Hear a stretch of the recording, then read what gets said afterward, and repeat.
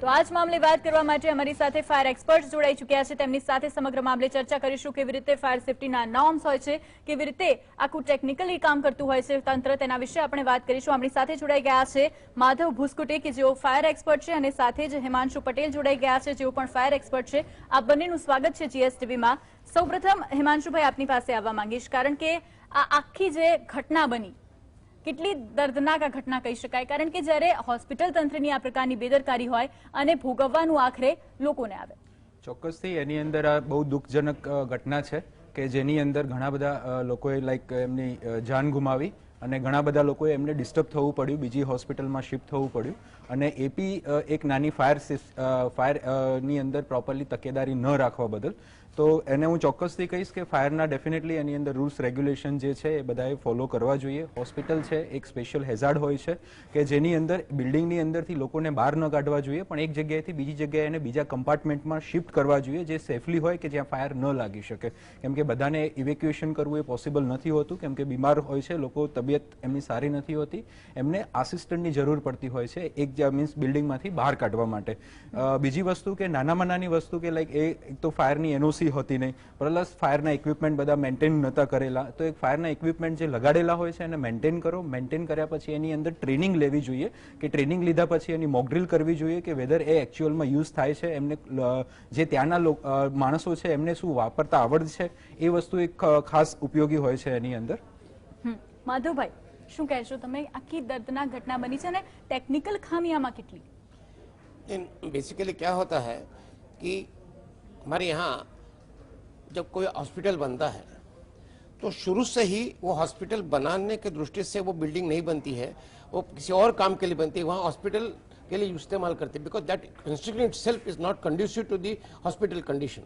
सो उसको उसी वक्त में हैंडल करना बहुत डिफिकल्ट होता है, बिकॉज पूरी स्पेस मैनेजमेंट या वहाँ का जो बिल्डिंग का स्ट्रक्चर होता है वो हॉस्पिटल के लायक नहीं होते हुए वहाँ हॉस्पिटल बनाया जाता है। That is one of the biggest initial problem. Fire safety होती नहीं है, और होती है तो भी मेंटेन नहीं होती। जैसे भाई ने कहा कि एक तो फायर सेफ्टी लगती नहीं और लगने के बाद भी वो मेंटेन होती नहीं, वहाँ के कर्मचारियों को प्रॉपर ट्रेनिंग नहीं होता है, और अगेन लोगों को बाहर रेस्क्यू करना भी बहुत बड़ी बात है, और वो सब ट्रेनिंग नहीं है। इस केस में अच्छी बात है कि 8 लोगों को बचाया गया, तो एक सॉर्ट ऑफ लोगों को रेस्क्यू करने का ट्रेनिंग दिया गया था, ऐसा लग रहा है। इस घटना में 8 लोगों की जान गई है। और હવે જ્યારે વાત કરવામાં આવે હોસ્પિટલની ડિઝાઇનિંગની, જેમ તમે વાત કરી કે જ્યારે પણ કોઈ બિલ્ડિંગ બનાવવામાં આવે છે ત્યારે હોસ્પિટલ હોય ત્યારે કઈ કઈ તકેદારી રાખવામાં આવતી હોય છે?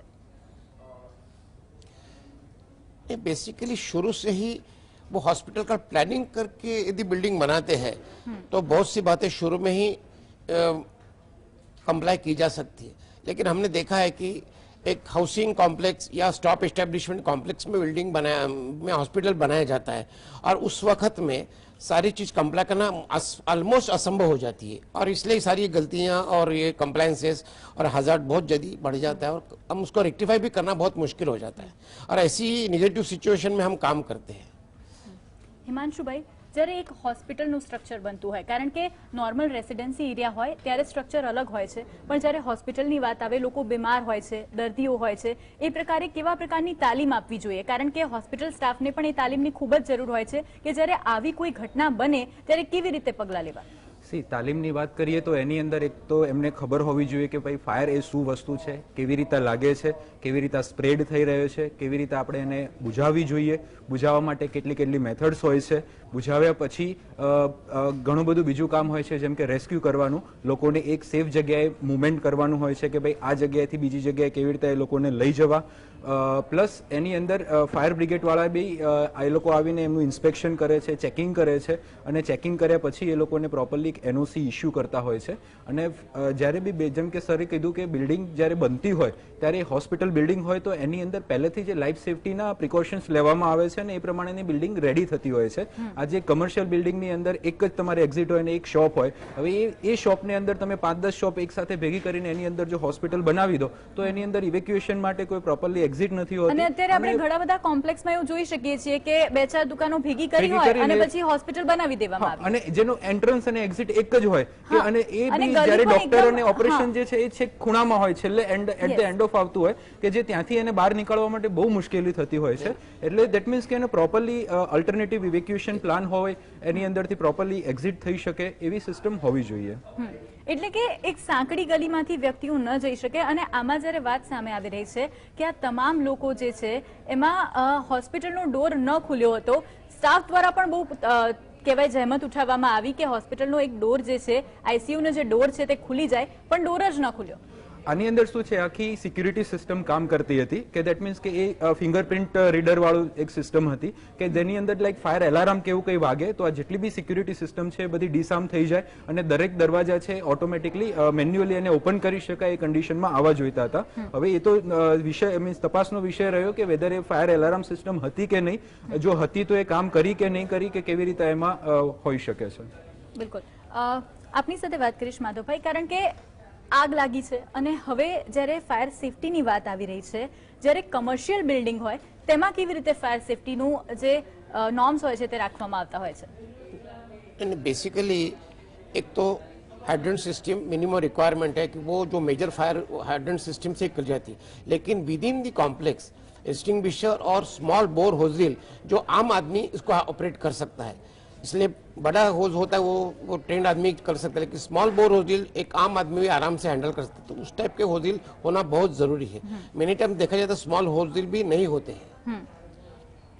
અને જે નોર્મલ લોકો છે, જે સામાન્ય લોકો છે, જે રહીશો છે, બિલ્ડિંગમાં જે રહેતા હોય છે, તેમને પણ તાલીમ આપવી કેટલી જરૂરી બનતી હોય છે? કારણ કે જેમ હિમાંશુભાઈએ કીધું તે રીતે એક તાલીમ આપવી જરૂરી હોય છે અને ત્યારબાદ મોક ડ્રિલ કરવી પણ જરૂરી બનતી હોય છે. नहीं, इसमें तालीम की बहुत आवश्यकता है, बिकॉज कभी कभी आग लगने के बाद भी लोगों को एक्सटिंग्विशर को हाथ तक लगाना डरते हैं. एग्जैक्टली, फोबिया होता है. हाँ, एक्सटिंग्विशर रखने में आते हैं लेकिन उसका यूज किसी को पता नहीं होता और यूज करने के लिए डरते भी है, कौन क्या वो नॉब कैसा करने का. तो training is a very very important. Just installation is not enough, but आप जब तक लोगों को ट्रेनिंग देते हैं और उसकी प्रैक्टिस नहीं करवाते तब तो इंस्टॉलेशन का कोई मतलब नहीं है. तो training is must and practicing is must. બિલકુલ. હિમાંશુભાઈ, હવે એનઓસી ની વાત કરી લઈએ. થોડી કાયદાકીય વાત હોય તે રીતે એનઓસી શું હોય છે દર્શકોને જણાવશો, અને કેટલા સમયમાં રિન્યુ કરવામાં આવતું હોય છે અને એની પ્રક્રિયા શું રહેતી હોય છે? આમ જોઈએ તો જે એનઓસી છે એક લીગલ રિક્વાયરમેન્ટ છે કે અત્યારે આપણે ફાયર બ્રિગેડની અંદર જોઈએ તો ઘણા બધા રૂલ્સ રેગ્યુલેશન કામ આવે છે, જેમાં એક છે નેશનલ બિલ્ડિંગ કોડ પાર્ટ 4 છે ફાયર એન્ડ લાઈફ સેફટી, બીજો છે Gujarat fire prevention life safety major act છે, પ્લસ અમદાવાદ કોર્પોરેશનની બી એમને પોતાની ગાઈડલાઈન બી બહાર પાડેલી છે, જીડીસીઆર છે જેની અંદર રૂલ્સ રેગ્યુલેશન છે, ફાયર પ્રોટેક્શન ઓન રેકોર્ડ્સ વાળી જે સિસ્ટમ છે, બરાબર. એના પ્રમાણે આપણે જોઈએ તો ફાયરની એનઓસી આપણે દર વર્ષે લેવી પડે, મીન્સ કે જ્યારે બિલ્ડિંગ યુટિલિટીમાં આપણે યુઝ કરીએ એના પહેલા ફાયરની એનઓસી લેવી પડે અને દર વર્ષે એને રિન્યુ કરવી પડે. રિન્યુ કરતા આપણે મેઇનલી એના જે ફાયરના ઇક્વિપમેન્ટ લગાડેલા છે એનું પ્રોપરલી હાઇડ્રો ટેસ્ટ થયેલું છે કે નહીં, એનું મેન્ટેનન્સ પ્રોપરલી થયેલું છે કે નહીં, એ વર્કિંગ કન્ડિશનમાં છે કે નહીં, એ બધાનું ટેસ્ટિંગ થતું હોય છે. પ્રાઇવેટ ફાયર મીન્સ કે પ્રાઇવેટ જે એજન્સી હોય છે એ લોકો ટેસ્ટિંગ કરતી હોય છે. એના પછી ફાયર બ્રિગેડવાળા લોકો ત્યાં વિઝિટ કરી અને એ બધાનું ચેક કરતા હોય છે. પંપની અંદર પ્રેશર કેટલું આવે છે, એટ ધ ટોપ લેવલ કેટલું પ્રેશર આવે છે, એ બધી સિસ્ટમ ચકાસ્યા બાદ એ જો એમને યોગ્ય લાગે કે નહીં આ સિસ્ટમ બરાબર છે, એના પછી એ લોકો એને એનઓસી ઇસ્યુ કરતા હોય છે. અને એનઓસી ઇસ્યુ કર્યા પછી પણ એમનો એક એગ્રીમેન્ટ થયેલો હોય છે કે જે તમારે દર મહિને આવી અને જે ઓક્યુપાયર છે અને જે કન્સલ્ટન્ટ કે કોન્ટ્રાક્ટર છે એની જોડે તમારે દર મહિને એને સિસ્ટમને રિફિલિંગ કરાવવા, સિસ્ટમનું મેન્ટેનન્સ કરવાનું હોય છે અને એના પછી જ એ સિસ્ટમ વર્કિંગ કન્ડિશનની અંદર મેન્ટેન રાખતા હોઈએ છીએ. અને જો આ સિસ્ટમનું મેન્ટેનન્સ ન કરવામાં આવે તો?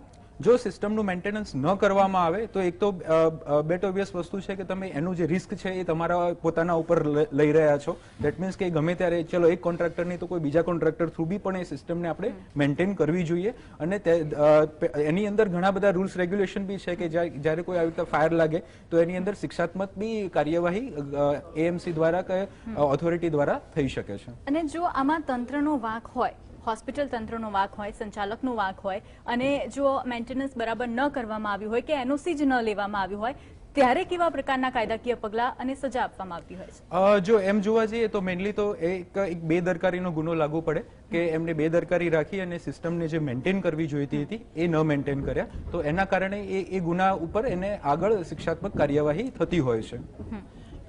इसको एक मुझे बात कहनी है. જી માધવ. एक ध्यान में रखिए कि जनरल बिल्डिंग हाउस वगैरह हॉस्पिटल ऐसा विषय है कि जिसके अंदर में असहाय या लोग जो चलना दौड़ नहीं सकते, ऐसे लोगों को बचाना जाना पड़ता है। नॉर्मल बिल्डिंग में आग लगती तो लोग दौड़ सकते हैं, लेकिन इसमें जो बीमार लोग हैं उनको उठना तक नहीं आता, उनको खुद किसको ले। तो इसलिए हॉस्पिटल के बारे में people should be very serious in fire protection, escape and training of the people to rescue is very very essential. लोग कई बार वहीं के वहीं जल के मर जाते हैं क्योंकि उनको प्रॉपर रेस्क्यू नहीं किया जाता। અને આ કિસ્સામાં પણ એવું જ થયું છે, એ લોકોને પ્રોપર રેસ્ક્યુ પણ ન કરી શકાયા અને એ લોકો એ જ જગ્યાએ ભૂંજાઈ ગયા। બિલકુલ, આગળ આ ચર્ચા ચાલુ રાખીશું। આપણી પાસે એક્સપર્ટ જોડાયેલા છે, એક્સપર્ટ પણ આપણી સાથે જ રહેશે। આગળ ચર્ચા યથાવત રહેશે। હાલ રોકાઈશું એક વેરા માટે। તો અમદાવાદની શ્રેય હોસ્પિટલમાં અગ્નિકાંડ સર્જાયો અને તેના કારણે 8 લોકો જીવતા ભૂંજાઈ ગયા। પરિવારમાં એક તરફ આક્રોશ છે તો એક તરફ સરકાર દ્વારા તપાસના આદેશ આપવામાં આવ્યા છે। ફાયર સેફટી શું હોય છે, તેના નોર્મ શું હોય છે અને કેવી રીતે તાલીમ આપવી જોઈએ, તેના માટે અમારી સાથે એક્સપર્ટ્સ જોડાઈ ચૂક્યા છે। વાત કરીએ હવે હિમાંશુભાઈ, તો આપણે ફાયર એક્ઝિટની વાત કરી, રાઈટ? કમર્શિયલ બિલ્ડિંગ હોય છે, સાથે જ હોસ્પિટલ હોય છે અને રેસિડેન્શિયલ વિસ્તાર હોય છે। આ તમામમાં ફાયર એક્ઝિટની જે રચના છે તે અલગ અલગ રીતે કરવામાં આવતી હોય છે, કારણ કે હોસ્પિટલ હોય ત્યારે તકેદારી અલગ રીતે રાખવામાં આવતી હોય છે, રેસિડેન્શિયલ એરિયામાં તકેદારી અલગ રીતે રાખવામાં આવતી હોય છે। આ બંનેમાં ફરક શું રહેલો હોય છે? આમ જોઈએ તો જે નોર્મલી એક્ઝિટ હોય છે એની અંદર એક્ઝિટની વિડ્થ બહુ વધારે ઇમ્પોર્ટન્ટ ભાગ ભજવતી હોય છે। જેમ કે હોસ્પિટલ છે તો માણસને તમે એને રેસ્ક્યુ કરીને કેવી રીતે લઈ જશો, કે કોઈ જગ્યાએ ઉપાડીને લઈ જાઓ છો, એને કોઈ સ્ટ્રેચરમાં લઈ જાઓ છો। જો સ્ટ્રેચરમાં આપણે લઈ જતા હોઈએ તો એ પ્રમાણેની એક્ઝિટ અને એટલી વિડ્થ હોવી જોઈએ। આમ જેમ પહેલા સરે વાત કરી કે અત્યારે ઓલરેડી એ બિલ્ડિંગનું જ્યારે યુટિલિટી મીન્સ કે સર્ટિફિકેટ એને ઇસ્યુ થાય એ ટાઈમે કમર્શિયલ બિલ્ડિંગ હોય અને કમર્શિયલ બિલ્ડિંગની અંદર પછી 1-2 ફ્લોર લઈને એની અંદર હોસ્પિટલમાં કન્વર્ટ કરવામાં આવે ત્યારે એની જે બહારની જે ટ્રાવેલિંગ પાથ છે કે એને જે ટ્રાવેલ વે છે એ બહુ જ એકદમ સાંકડા હોય છે કે જેની અંદરથી પ્રોપરલી સ્ટ્રેચર બી પસાર ન થઈ શકે એવી કન્ડિશન હોય છે।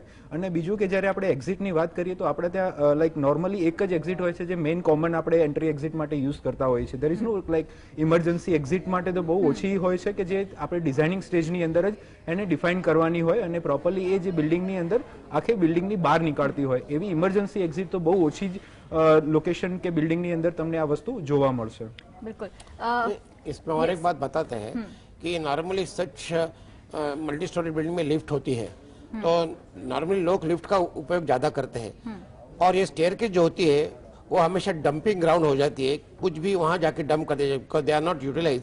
सो पीपल पुट अनवांटेड स्टोरेज और बॉक्सेस या वेस्ट मटेरियल वहां स्टॉक किया जाता है और जब इमरजेंसी आती है तब पूरा चीज ऑब्स्ट्रक्ट करते हैं। तो keeping the staircase, escape staircase clearly open और clearly rather safe is very important। वो लोग हमेशा डंपिंग ग्राउंड बना देते उसका, એટલે સ્ટોર રૂમ તરીકે જ યુઝ કરવામાં આવે સ્ટેરકેસ સ્ટોરેજ માટે। और एक दूसरा चीज है कि લાઈક તમે જોશો કે ઘણી બધી અમદાવાદમાં જે જૂની બિલ્ડિંગ છે એની અંદર સ્ટેરકેસમાં જે નીચેનો ભાગ હોય ને ત્યાં જ બાજુમાં ઇલેક્ટ્રિકલના કનેક્શનો હોય, આપણું મીટર બોર્ડ છે, બધું જે સ્ટેરકેસની અંદર જ હોય અને ખુલ્લામાં જ હોય છે। લાઈક અત્યારે અમદાવાદમાં 20-25% બિલ્ડિંગ એવી હશે કે જેના ખુલ્લા મીટર બોર્ડ હશે ને એ બી નિયર ટુ એક્ઝિટ હોય કે જ્યારે સૌથી વધારે ચાન્સીસ છે ઇલેક્ટ્રિકલની અંદર ફાયર લાગવાના તે એ જગ્યાએ જ હોય છે અને એ જ વસ્તુ આપણી એક્ઝિટ બ્લોક કરશે। બિલકુલ, અને ખાસ કરીને જ્યારે હોસ્પિટલના એક્ઝિટની વાત આવી એટલે ખબર પડી કે ઘણા બધા કોમ્પ્લેક્સ એવા છે કે જ્યાં આગળ લાઈનોમાં દુકાનોની જેમ જાણે હોસ્પિટલ ઊભું કરવામાં આવ્યું હોય ને એવી રીતે હોસ્પિટલ ઊભું કરી દેવામાં આવતું હોય છે। માધવભાઈ, આ કેટલું યોગ્ય નથી, કારણ કે જ્યારે આવી રીતે હોસ્પિટલ એક કોમ્પ્લેક્સમાં ઊભું કરી દેવામાં આવે છે ત્યારે કઈ કઈ સમસ્યાઓનો સામનો કરવો પડે? नहीं, पहली बात ऐसे कॉम्प्लेक्स में हॉस्पिटल की परमिशन पहले देना इतना उचित नहीं और देते भी है तो जो रिक्वायर्ड चेंजेस करना जरूरी है और यदि चेंजेस नहीं करते और तो ये पूरी बिल्डिंग उस इमरजेंसी कंडीशन में रिस्पॉन्ड करने लायक नहीं होती और ultimately human deaths is the result. Property loss तो होता ही है लेकिन लोग ट्रैप हो जाते हैं, उनको रेस्क्यू नहीं किया जाता है। So these are the improper matching of the building conditions with the profession is a big issue। બિલકુલ, હિમાંશુભાઈ, હવે એક વાત કોવિડ હોસ્પિટલની કરી લઈએ। જ્યારે કોઈ પણ હોસ્પિટલને કોવિડ હોસ્પિટલ તરીકે એસ્ટાબ્લિશ કરવામાં આવતી હોય છે, બરાબર, કોવિડ ડેઝિગ્નેટેડ હોસ્પિટલ બનાવવામાં આવતી હોય છે, ત્યારે કયા કયા ફાયર સેફટીના નોર્મ્સ હોય છે અને ત્યારે કઈ વધારે એવી તકેદારી હોય છે જે રાખવી જરૂરી બનતી હોય છે?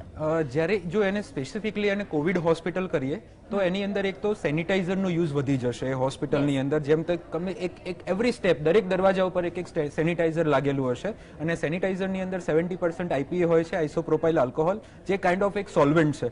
અને જો એ વસ્તુ કોઈ હીટ કે કોઈ બી સ્પાર્ક છે કે કોઈ બી ગરમી છે એના જોડે જો કોન્ટેક્ટમાં આવશે તો એક ડેફિનેટલી એની અંદર તરત ફાયર પકડી લેશે અને એક વધારે એક બીજો જેને કહેવાય કે વધારે નુકસાનનું ચાન્સીસ થઈ શકે છે.